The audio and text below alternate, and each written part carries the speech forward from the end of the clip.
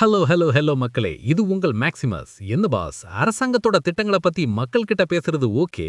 ஆனா ஸ்கூல் படிக்கிற சின்ன பசங்க கிட்ட 5000 ரூபாய் கொடுக்கிறது சரியா தவறான்னு கேட்டு ஒரு பெரிய விவாதத்தையே கிளப்பிட்டாங்க. அந்த ஒரு வீடியோ இப்போ திமுகவை செம டென்ஷனாக்க, இது அரசியல் காழ்ப்புணர்ச்சின்னு தலைமை ஆசிரியர் ஜீவா மேல இப்போ ஆக்ஷன் எடுக்க பரிந்துரை பண்ணிட்டாங்க பாஸ். 1. தென்காசி செங்கோட்டை எஸ்ஆர்எம் அரசு பெண்கள் மேல்நிலைப் பள்ளியில் நடைபெற்ற விழிப்புணர்வு நிகழ்ச்சியில் மகளிர் உரிமை தொகை குறித்து கேட்கப்பட்ட கேள்வி சர்ச்சையை ஏற்படுத்தியுள்ளது. 2. விழிப்புணர்வு நிகழ்ச்சியில் பங்கேற்ற ஒரு தனியார் நிறுவன பெண் மகளிர் உரிமை தொகை ரூபாய் 5000 வழங்குவது சரியா தவறா என்று மாணவிகளிடம் கேட்டார். 3.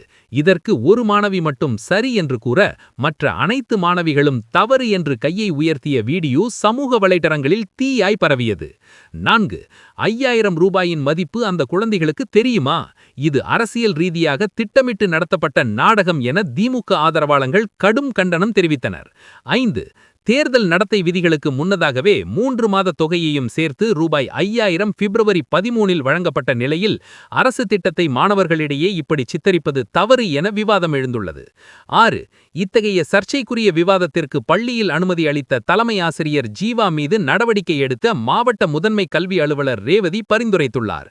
7. தற்போது இந்த அறிக்கை மாநில பள்ளி கல்வி இயக்குநருக்கு அனுப்பப்பட்டுள்ளது.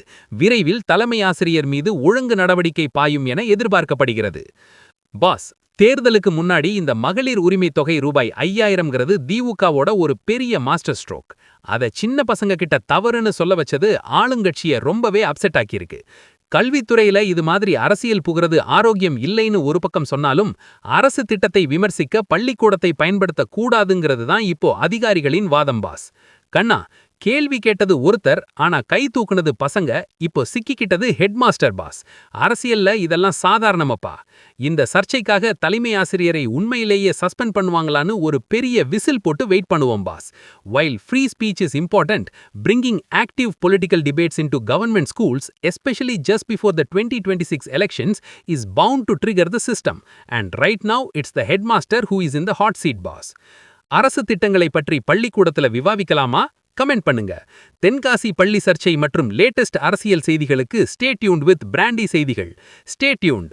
உண்மையை லவுடா சொல்லுவோம், குவிக்கா சொல்லுவோம். This is Maximus signing off. Keep watching. Bye bye. ஒரு விசில் போடுங்க பாஸ்.